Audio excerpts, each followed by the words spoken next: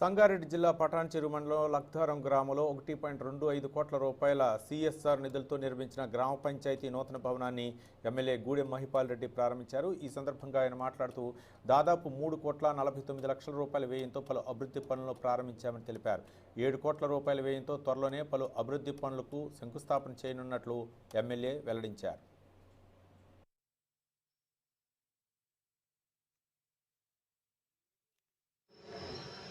మంచి శుభదినంగా భావిస్తా ఉన్నా.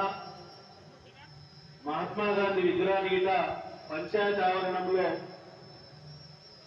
ప్రతిష్ఠింపజేయడం అనేది చాలా గొప్ప విషయము. ఎందుకంటే నిన్ననే గుమ్మడిదల గ్రామ పంచాయతీ పరిధిలో సేమ్ విగ్రహాన్ని ఆవిష్కరించడం జరిగింది.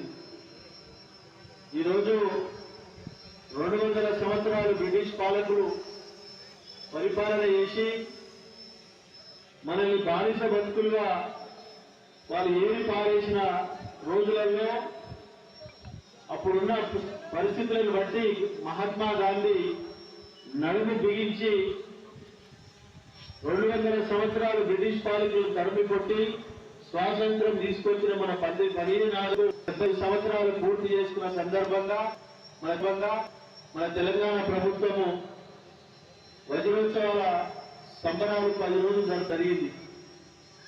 దాన్ని మనము పటాన్చెరులో ఫ్రీడమ్ పార్క్ లో వజ్ర ఉత్సవాల లోగో గిట జెండా గిట తయారు చేసి అది ఇనాగ్రేషన్ రెడీ ఉంది. ఎందుకంటే జీవితంలో గుర్తు